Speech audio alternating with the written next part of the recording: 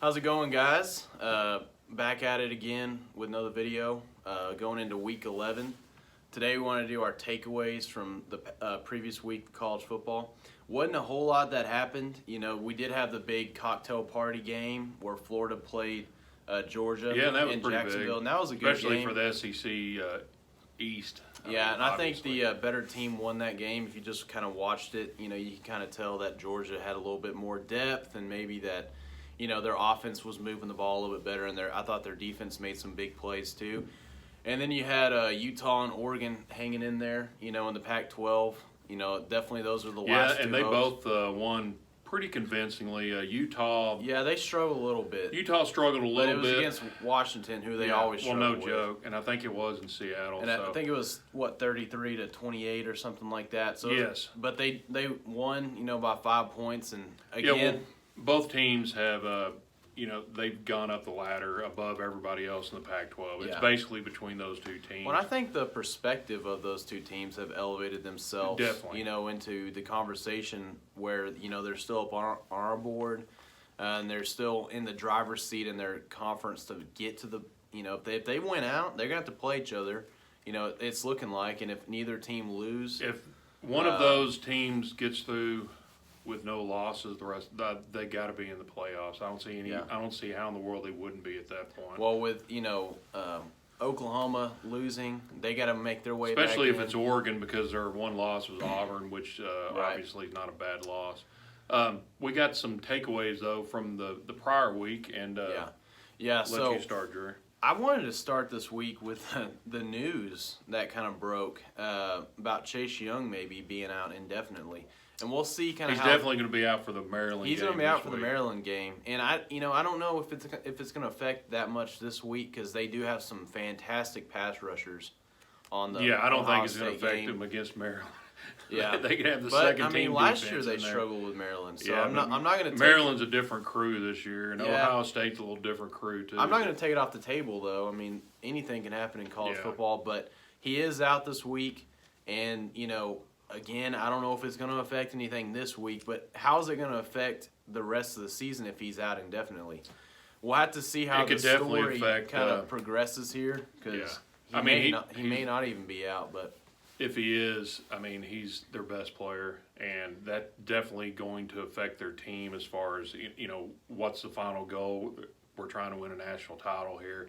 So that's a huge loss if he's actually gone for the entire year. But whatever it was, the NCAA is doing their investigation, and so I guess we'll find out more maybe this next week. But he's definitely out Saturday. well, and it's kind of disappointing too from a college football perspective as a fan, because this guy, I legitimately felt like had a great opportunity to maybe win the Heisman, yeah. and could still maybe be the #1 pick in the draft. This is probably going to put the damper on that, And, on the Heisman talk. Anyway. Yeah, with him not playing and him Yeah. being on defense, it's just going to be tough. You know, good thing is he still gets to play potentially against Penn State and When you're Michigan. playing on defense and you're trying to win the Heisman, A, it doesn't hardly ever happen Yeah. anyways. But B, you need all the time you can on the field to make big the plays play, and- especially against you know, an inferior opponent like Maryland. You know, that's opportunities for sacks, fumble recoveries, interceptions, whatever it is. But yeah, that's pretty much gonna flush the Heisman talk. I think. Yeah, and you know, it's unfortunate too because, you know, the past several weeks are really the first time we started talking about Chase Young as a potential Heisman. So all eyes were going to be on him this week. Oh yeah, I definitely. mean, even people that aren't interested in Ohio State versus Maryland would probably tune in just to see this talented kid Yeah, play. because he's a top 5 pick in the draft next Yeah, year. and it's Probably just, going to be the #1 you know, pick. it's unfortunate because, you know, as a football fan, you're kind of hoping for, you know, some chaos and maybe a defensive guy maybe can win the Heisman. I think Yeah. that would be super cool. He's a generational type of guy from what I've seen. So who knows how that could affect the season. If he is out for the rest of the season, you know, it might really impact their chances of winning a national title this year. I really think it might. My takeaway, one of my takeaways, we'll stay in the Big Ten, and my takeaway is Iowa. Everybody's kind of been sleeping on them, and their defense, I've been noticing them just because their defense has been so excellent. I mean, it's probably a top 5 defense in college football this year. They don't give up any points. I mean, they won last week at Northwestern. I know it's Northwestern and they're not that great this year, but they won 20-0. But that's not uncommon for them. But what I'm getting at is they still have a shot in the Big Ten West. No one is really talking about it. It's mainly everybody's talking about Wisconsin and Minnesota. But if you look at their schedule, I mean, they play at Wisconsin Saturday. Yeah. If they can somehow pull that upset, which that's going to be their toughest game because it's on the road, and that's not going to be easy at all. But if they can somehow pull that upset, you look at the rest of their schedule, they play Minnesota next, okay? And that's it in Iowa. Yeah. Then they play Illinois at home, again at home in Iowa, and then they play at Nebraska. So the final 2 games are very winnable, but if they can somehow pull these next 2 games and end up going 7-2 in the conference, Yeah, then they win the conference Well, most likely. I mean, Minnesota they'll need one more loss Yeah. by Minnesota, Yeah. but that could very well That could happen this also. week. I mean, that could happen this week because they have to play Penn State. Well, that's what I'm saying. Yeah. So I think Iowa, I wouldn't say, everything's out there in front of them. It kind of is. They are going to need a little bit of help, but it's very realistic at this point. If they can somehow get through the Wisconsin game, they could be in the Big Ten title game. Yeah, they could. Which no one has said anything about that. So we'll see how the Hawkeyes, how they end up. If they can continue their the improvement they've had in the last couple weeks on their offense, that's really been the Achilles heel with this team. They can't score, but they also don't let anybody else score. But eventually, that's going to bite you. Michigan had been going through that earlier in the year, and they've kind of figured it out a little bit. Seems like Michigan, but it's too late now. They got too many losses, and they're in the wrong division. The problem with Michigan, but I think it helps too that Iowa might have the most experienced coach in the West. Kirk Ferentz has been there. Well, yeah. Did y'all know that Iowa has only had 2 coaches in the past, since 1977? Yeah, it's crazy. They had 1 coach until 2000. These days, that's insane because those guys these days they hang around 6-7 years. Yeah. That's usually about it. If you get that much out of them, but Kirk Ferentz has elevated Iowa to the point where, Iowa would be dumb to let him go. So. I do think that they have one of the most experienced coaches in the Big Ten West, and they're one of the more gritty teams. I'm really looking forward to watching the Iowa-Wisconsin game because I'm a defensive guy, I always have been, and I don't mind 12 to 10 games. Yeah, I like watching those. And that's those probably early November. That's probably how that game's going to end up. I don't see how in the world there's going to be much scoring going on at all in that game. Yeah, that'll be extremely interesting game as well. This week's chock full of good games, and I'm excited about it. My next takeaway is actually talking. I'm kind of referencing going off of the SMU Memphis game. Those were, in a lot of people's eyes, the top 2 group of 5 teams at this point. And they both are in the AAC. Was ranked in the top 15. Well, Memphis just beat SMU, and and then Appalachian State lost as well. So now you have no more undefeated group of 5 teams. And that's pretty rare, I'd say. Mm-hmm. Usually by, week 11 you'd have at least one.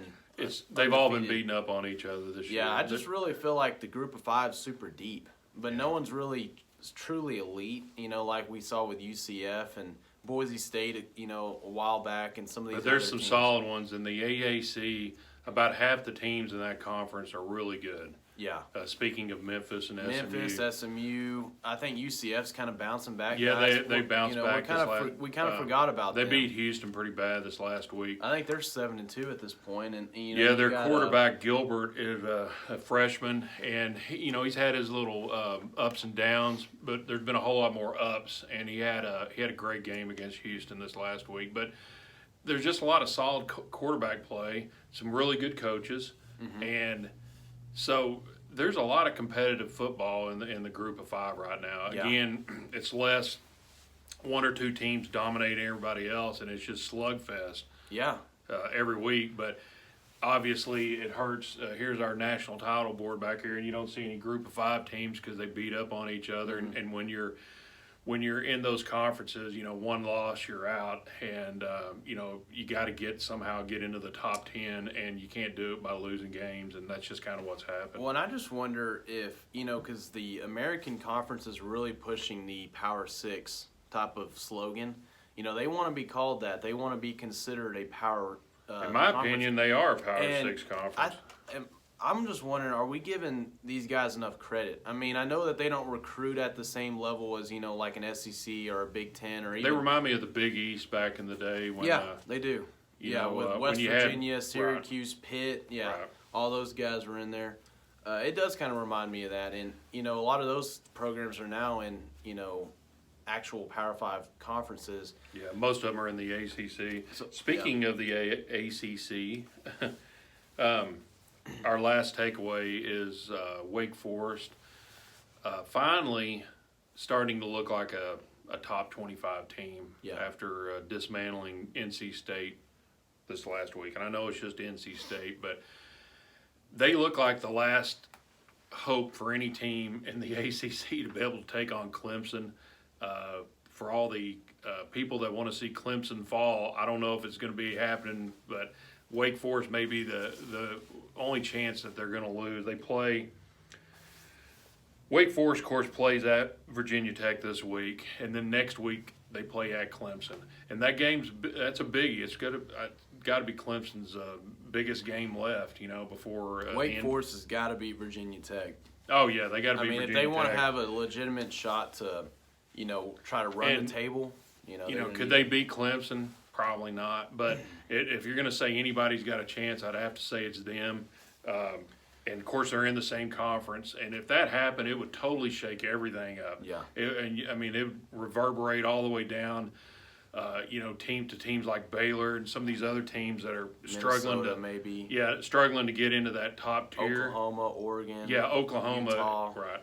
But that may be the one chance, or that's going to be Clemson's toughest game. And I could see South Carolina giving them a run for their money too, because they always struggle with their rival, So you're right. I could see that, but I'm mainly talking about just the ACC, Yeah, like them actually winning agree. the ACC. But, Clemson has got bigger things on the horizon than just win the ACC. But, other than Wake Forest and the ACC, you got Virginia. They're leading the other division, but Virginia's been shaky like most of the teams in the ACC has. So I thought Bryce Perkins for Virginia had his best game this past weekend against North Carolina. I believe is who they played. Yeah, they played North. They beat them. He kind of been a little inconsistent, but I thought he had like 3 touchdowns and he had a 60-yard run that was like a touchdown. So I thought he got it rolling too. So who knows? We'll see how the ACC turns out here the last 4 weeks.